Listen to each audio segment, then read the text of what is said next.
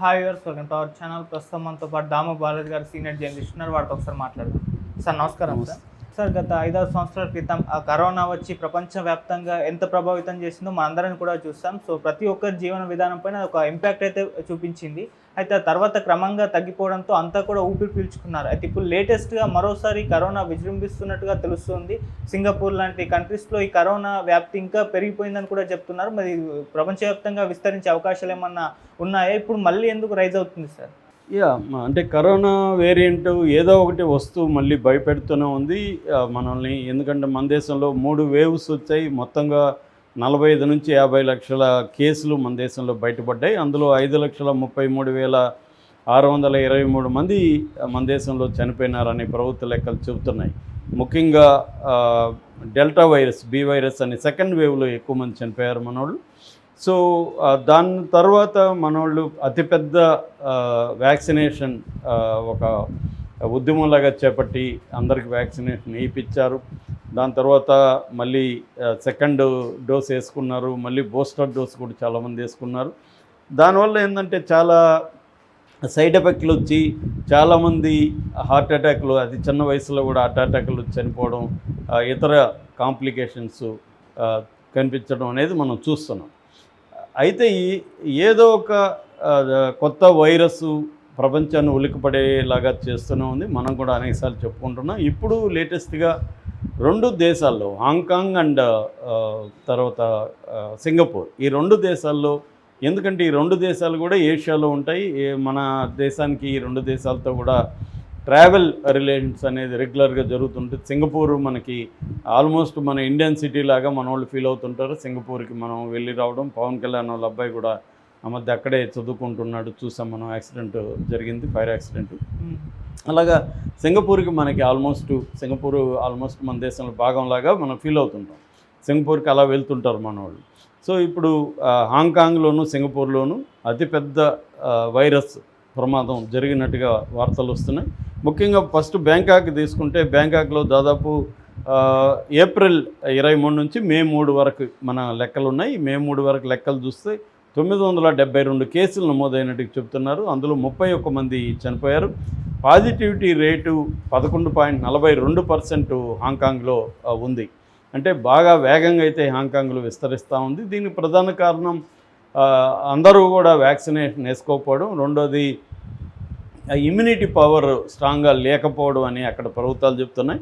అందుకనే హాంకాంగ్కి సంబంధించిన health departments అతి జాగ్రత్తలు తీసుకోవడం, ఇమ్యూనిటీని పెంచడం, ముఖ్యంగా ఆల్రెడీ జబ్బులు ఉన్న వాళ్ళకి, ఏజ్డ్ పీపుల్కి ప్రత్యేక జాగ్రత్తలు తీసుకోవడం, ఇవన్నీ అయితే చేస్తున్నారు. అట్లాగే సింగపూర్లో కూడా 14,200 కేసులు ఇప్పటివరకు నమోదైనని తెలుస్తున్నాయి. దాదాపు ఈ పాజిటివిటీ రేట్ అయితే 30% వరకు కూడా సింగపూర్లో ఉంది. అంటే హాంకాంగ్తో పోలిస్తే సింగపూర్లో ఇంకా ఎక్కువ ఉంది.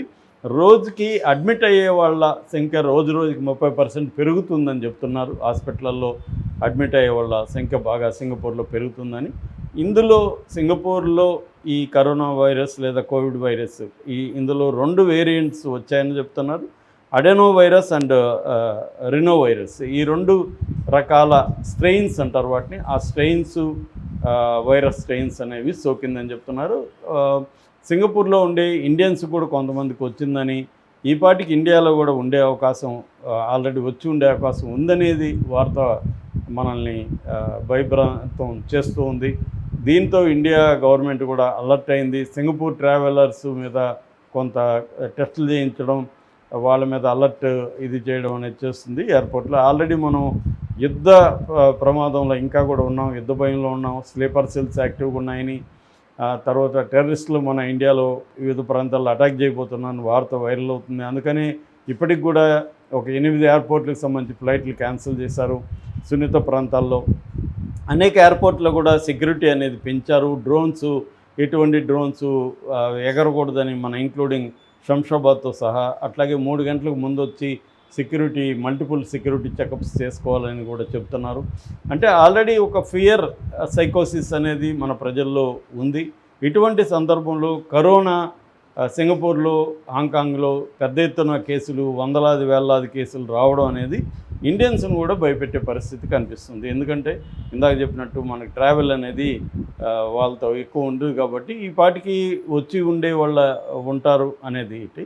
కాకపోతే మనకి పాజిటివ్ అంశం ఏంటంటే మనం దాదాపు Indian population maximum corona virus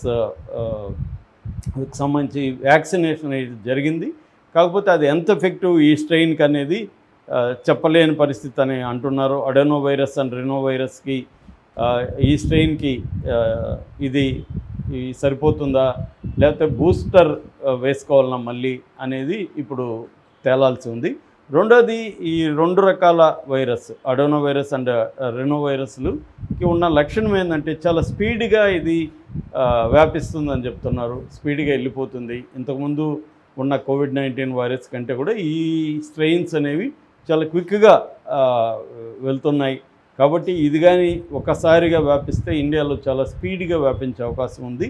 దీనికి సంబంధించి ఇండియా ఇప్పుడు రంగంలో దిగింది. మన హెల్త్ డిపార్ట్మెంటు ఆల్రెడీ అనేక జాగ్రత్తలు, ముఖ్యంగా పబ్లిక్ హెల్త్ మన దేశంలో ఎంత పూర్గా ఉంటుందో మనకు తెలుసు. కరోనా వచ్చిన తర్వాత కూడా కొన్ని చర్యలు అయితే చేపట్టింది. ఆయుష్మాన్ భారత్ కానీ తర్వాత ఆరోగ్యశ్రీ స్టేట్లలో కానీ కొంతవరకు బెటర్గానే ఉన్నాయి కానీ సరిపోవు. ఎందుకంటే మొన్నెవరో కూడా చెప్తున్నారు, నేను తిరుపతి వెళ్తే రుయ్ హాస్పిటల్లో కొన్ని డిపార్ట్మెంట్లో కాటన్ కూడా లేదని. అంటే అట్లాంటి ప్రైమరీ ఫెసిలిటీస్ కూడా మన ప్రభుత్వ హాస్పిటల్లో ఉండట్లేదు. ఎక్కువగా ప్రభుత్వ హాస్పిటల్లే కాపాడాలి. ఎందుకంటే పేద ప్రజలు ఎక్కువ మన దేశంలో ఉంటారు. ప్రైవేట్ హాస్పిటల్ ఆ టైంలో రేట్లు పెంచేసి ఎలా దోచుకున్నారో కూడా మనం చూసాము. అందుకని పబ్లిక్ హెల్త్ కేర్ అనేది ఇండియాలో డెవలప్ చేయలేదు మన పాపులేషన్కి తగినట్టు. సో ఇప్పుడు ఈ జాగ్రత్తలు అయితే తీసుకోవాలి. బెడ్స్ కావచ్చు, హాస్పిటల్లో మెడిసిన్స్ కావచ్చు, ఇతర సౌకర్యాలు కావచ్చు, అట్లాగే హాస్పిటల్ స్టాంప్కి కిట్స్ కావచ్చు, ఇవన్నీ కూడా ప్రొవైడ్ చేయాలని, అట్లాగే ఇతర హెల్త్ సెంటర్స్ వీటినన్నింటినీ స్ట్రెంగ్తన్ చేయాలని ఆదేశాలు వచ్చినట్టుగా చెప్తున్నాయి. అట్లాగే పౌరులకు కూడా కొంత మాస్కులు అవి పెట్టుకోవడం, క్లీన్ చేసుకోవడం, పబ్లిక్ ప్లేసుల్లోకి వెళ్లకుండా ఉండడం, ఇలాంటివి కొన్ని జాగ్రత్తలు తీసుకోమని చెప్తున్నారు. అట్లాగే ఇమ్యూనిటీ పవర్ కూడా పెంచుకునే విధంగా ట్రై చేయమంటున్నారు. ఇదేంటంటే చిన్నపిల్లలకు కూడా వస్తుంది. మన సింగపూర్లో 13 నెలల బేబీకి కూడా ఇది సోకిందని వార్తలు వస్తున్నాయి. అందుకని చిన్నపిల్లలు, పెద్దవాళ్ళు ఈ 2 రకాల ఏజ్ గ్రూప్ వాళ్ళు ఎక్స్ట్రా జాగ్రత్తలు తీసుకోవాల్సిన అవసరం అయితే ఉందనేది మన వాళ్ళు చెప్తున్నారు. అంటే చాలాసార్లు నేను చెప్తుంటాను, మనకి కరోనా వైరస్ కావచ్చు, ఇంకొక వైరస్ కావచ్చు, ప్యానిక్ అనేది ఉండకూడదు. ప్యానిక్ వల్ల మనం ఎక్కువ చనిపోతున్నాం. పాము కొరికినా కానీ లేకపోతే హెల్త్ ఇష్యూస్ వచ్చినా కూడా ఎక్కువసార్లు విషపాములు తక్కువే ఉంటాయి.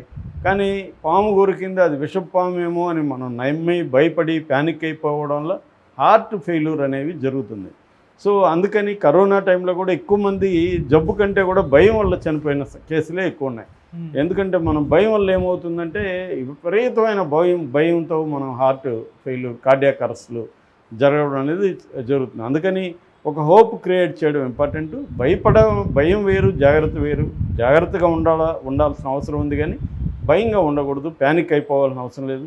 తగిన జాగ్రత్తలు తీసుకోవడం, ఏదన్నా సిమ్టమ్స్ వస్తే ఇది నార్మల్ ఫీవరే కదా అనుకొని కాకుండా ఇమ్మీడియట్గా దానికి మెడికేషన్ తీసుకోవడం. చాలామంది ఏంటంటే నార్మల్ ఫీవర్లే 2 రోజులు ఉంటే పోతుంది అన్నట్టుగా ఉండిపోతారు. అట్లా కాకుండా జలుబు వచ్చినా ఇది వచ్చినా తీసుకోవడం ఇంపార్టెంట్. రెండోది ఇప్పుడు సమ్మర్ సీజన్ కాబట్టి కూడా ఇది త్వరగా వ్యాపిస్తుందని చెప్తున్నారు. అందుకని ఈ సమ్మర్ సీజన్లో జాగ్రత్తలు తీసుకోవడం అయితే అవసరం. Okay, thank you so much.